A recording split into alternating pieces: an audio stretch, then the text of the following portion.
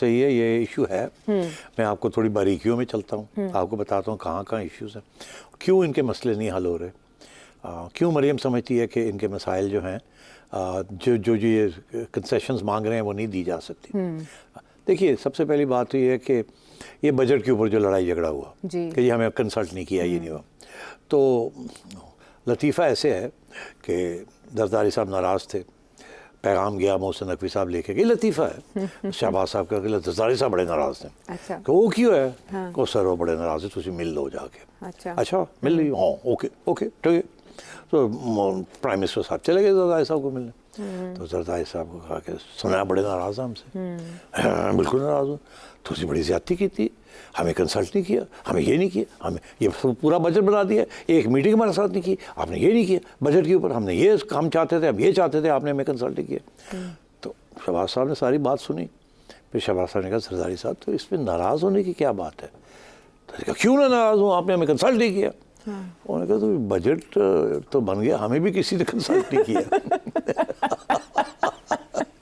तो ये तो हमारा गिला है कि हमें नहीं कंसल्ट किया गया, तो आप मेरे ऊपर गिला कर।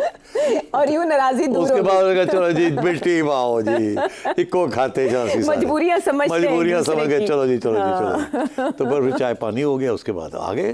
तो ये सूरत हाल है कि बजट तो बस सब ठीक है ना, हालात का तकाज़ा है, कौमी मफाद में करना पड़ता है जी। लेकिन पंजाब की बारीकियां तो बताए ना। हाँ, पंजाब की बारीकियां पंजाब की बारीकियां में ये है कि जरदारी साहब ओल्ड स्टाइल पॉलिटिशियन है ना। मरियम जो है वो अपने आप को समझती है she is a new style politician. अच्छा ठीक। शहबाज साहब भी ओल्ड स्टाइल पॉलिटिशियन ठीक, मगर जब शहबाज साहब पंजाब में थे तो वो ओल्ड स्टाइल पॉलिटिशियन नहीं थे। शहबाज साहब ने पंजाब को रूल किया था विद ब्यूरोक्रेसी, MPS के ज़रिए नहीं किया था। ओके। MPS के इन्होंने ब्यूरोक्रेट्स को लगाया हुआ था कि मैं नहीं मिलूंगा MPS का, मेरे पास टाइम नहीं है, आप मिल लिया करें, उनके जो प्रॉब्लम्स हैं वो मुझे बता दिया करें, मैं उसी वक्त फैसला कर लूँगा, आप डील किया करें। तो MPS के क्या प्रॉब्लम्स होते हैं? बजट, पैसे दो हमें, फंड्स चाहिए, ट्रांसफर्स चाहिए, ये थानेदार ਨੂੰ हटा के उन्होंने लगाओ, DC उन्होंने लगाओ, AC उन्होंने लगाओ, कमिश्नर उन्होंने लगाओ, ये उनको अपने काम कराने होते हैं लोकल में, लोगों को अंदर कराना होता है, लोगों को बाहर निकालना होता है। ठीक है, कोई प्रोजेक्ट लेना होता है क्योंकि DCs के पास फंड्स होते हैं लोकल गवर्नमेंट के सारे अंडर द करंट सिस्टम।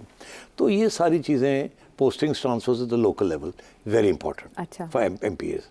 और फंड्स का ये होता है कि प्रोजेक्ट दें, प्रोजेक्ट वो मिलता है सेंट्रल सेक्रेटेरिएट से। अच्छा। चीफ मिनिस्टर प्रोजेक्ट देता है कि जी 10 बिलियन का तो सड़क दे देने हैं, मगर पैसे इनको नहीं जाते, पैसे चले जाते हैं AC के पास या DC के पास, वो उसके अकाउंट में होते हैं, फिर DC को सेट करना होता है। तो वहाँ अगर आप अपना DC ना लगवाया हो तो जो लगा हुआ है वो कहेगा मैं तो नहीं करता, मैं तो इसको ऐसे करूँगा तो ऐसे करूँगा। तो फिर वो आते हैं जी सेक्रेटरी कि जी वो DC ਨੂੰ चेंज कर दो, उसे फलाना AC लगा दो, फलाना ये कर दो। तो अब मरियम ने क्या किया, इन्होंने पीपल्स पार्टी ने कहा कि भाई कुछ ऐसे इलाके हैं जहाँ हमारा भी कोई सपोर्ट बेस है, जहाँ हमारा भी थोड़ा बहुत वोट बैंक है, 4-5 ऐसे, वहाँ तो हमारे बंदे लगा दें आप। मरियम ने ना कर दी। अच्छा। मरियम का जो मौक़िफ़ है वो ये है कि अब मैंने AC DC एडमिनिस्ट्रेशन में जो शफलिंग होती है MPS के कहने के ऊपर वो नहीं करनी।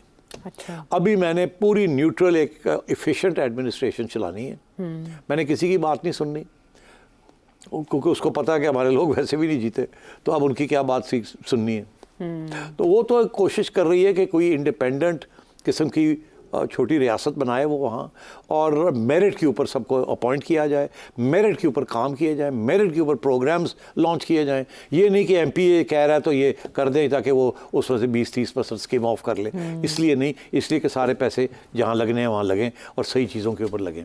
तो मरियम ने तो ये बंद कर दिया खाता ट्रांसफर पोस्टिंग्स का, जो कि क्रिटिकल होता है एक प्रोविंशियल गवर्नमेंट के लिए, क्रिटिकल होता है, और अपने MPS को खुश करने के लिए। इनके MPS को तो पता है उनकी हैसियत क्या है, तो वो बेचारे ज़रा पूछते भी नहीं है, कोई ठाप पै जाती है, मरवाता है तो सानू जितने कोई नहीं तो पहुँच गए थे। सो एनीवे मैं ये कह रहा हूँ कि Maryam is not listening to people who are telling her इसको यहाँ लगाओ, इसको यहाँ लगाओ। फिर ये कंप्लेन करते हैं उधर भाई लोगों को, कोई यार उनको है ट्रांसफ़र कर दो कर, मरियम उनकी बात भी नहीं सुन रही। मैं ये भी आपको बता दूँ, वो भी तंग आए हैं। हाँ। क्योंकि वो उनके ऊपर भी पॉलिटिकल प्रेशर होता है ना। हाँ। कि भाई ये कंप्लेन करते हैं उधर से नीचे रिमांड आता है यार वो पीपल पार्टी वाले बड़ा कंप्लेन कर रहे हैं, वो फलाना MP है मैंने मिलिया सी ओके उन्होंने कोई काम करा दो, तो मरियम फिर करती नहीं है। तो यहाँ भी थोड़ा बहुत ये प्रॉब्लम चल रहा है कि मरियम कहती है मैंने अपनी अब जहाज़ चलाना है और मैंने डिलीवरी देनी है और मैंने शहबाज शरीफ को लोगों को बुला देना कि मैंने क्या काम किया। हाँ, तो इसीलिए जो अभी आप आगे बजट हम डिस्कस करते हैं हाँ। कि मरियम ने किस किस्म का बजट दिया, क्यों दिया और क्या उसकी स्ट्रेटजी है पंजाब के लिए, तो वो हम आगे अगले। लेकिन इसमें ये है कि मरियम नवाज साहिबा से मुलाकात तय है पीपल्स पार्टी के वफ्द की आफ्टर ईद, और बजट के बाद जाहिर है पीपल्स पार्टी ने कैबिनेट में भी आना ही आना है। हाँ। तो दबाव तो आएगा मरियम बीबी पे। हाँ, मगर मैं आपको बताऊं उनका क्या मौक़िफ़ है कि इनको फेडरल गवर्नमेंट में अकोमोडेट करें। पंजाब में नहीं, पंजाब में नहीं, उधर उनको ले लेना। पंजाब में कोई जगह नहीं है। अच्छा, आप ले लें इनको फेडरल गवर्नमेंट, इन्नी पसूड़ी पई है इतने तो 4 बंदे नहीं है तो मैं उन्होंने की दिया।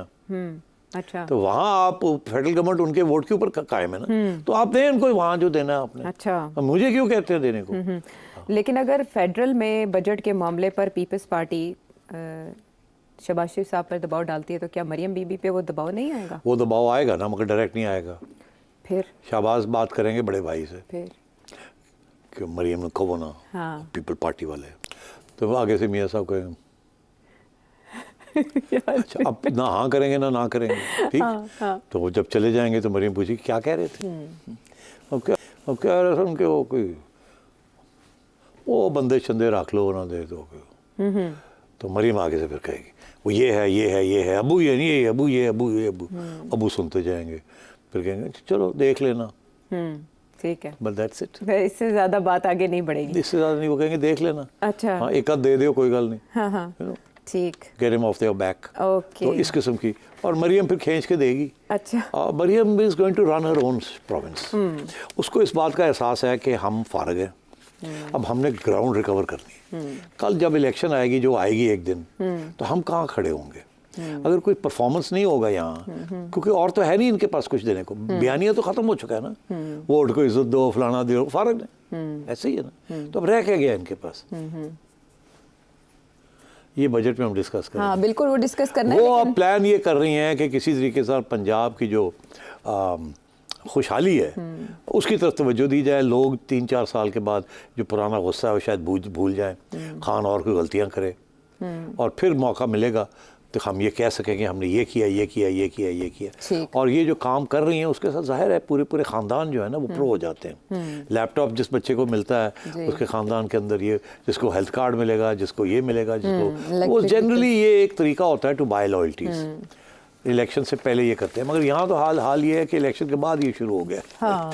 क्योंकि पता है ना कि कैसे आए, हालत पतली है। लेकिन ब्रेक से पहले ये जानना था कि आज शहबाज शरीफ साहब का खिताब मुतवक्के था 100 दिन हुकूमत के पूरे होने पर, कि वो 100 दिन की जो कारकर्दगी है उस पर कुछ बात करेंगे और बजट पर कौम को एतमाद में लेंगे, बताएंगे कि क्या क्या मजबूरियाँ हैं, वो क्यों नहीं हो सका। अब मजबूरियाँ तो सबको बता दी है ना, एक दफ़ा नहीं 100 दफ़ा बताई हैं। अच्छा।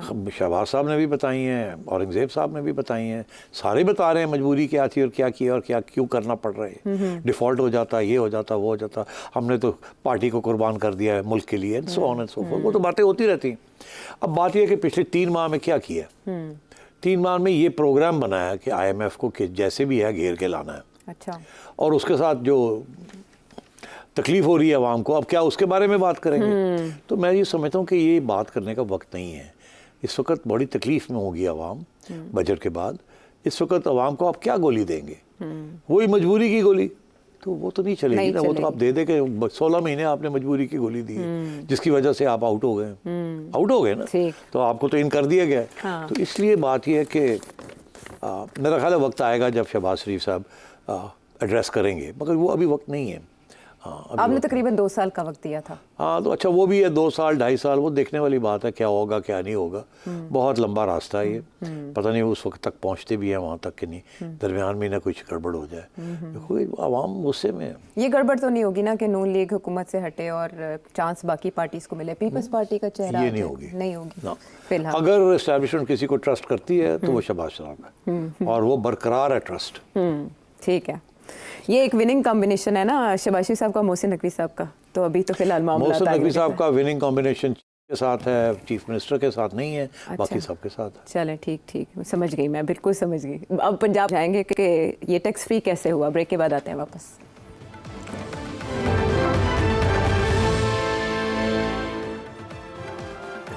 शो शो में एक बार फिर खुशामदीद। और अब बात पंजाब के बजट की, जिसकी बहुत तारीफ़ें की जा रही हैं और इसकी जो ख़ास बात हेडलाइन बना रही है वो ये कि ये टैक्स फ्री होगा। मालियाती ज़राए से रेवेन्यू में 53% का इजाफा किया जाएगा। अगर आप सादगी से समझा सकें, विफाक लगा रहा है टैक्स पे टैक्स, पंजाब का टैक्स फ्री। देखिए, जब वो कहते हैं ना कि टैक्स नहीं है, मतलब टैक्सेस तो हैं मगर कोई नए टैक्सेस नहीं लगाए, पुराने टैक्सेस हैं। उनकी एस्टिमेट किया है कि उनसे अब कितने पैसे आएंगे पुराने टैक्सेस से। अच्छा, शायद कलेक्शन कुछ बेहतर होगी, ठीक, कुछ ग्रोथ होगी पंजाब के अंदर, बिकॉज काफ़ी खर्चा करने लगे हैं, सारे पैसे खर्च करने लगे हैं सारे।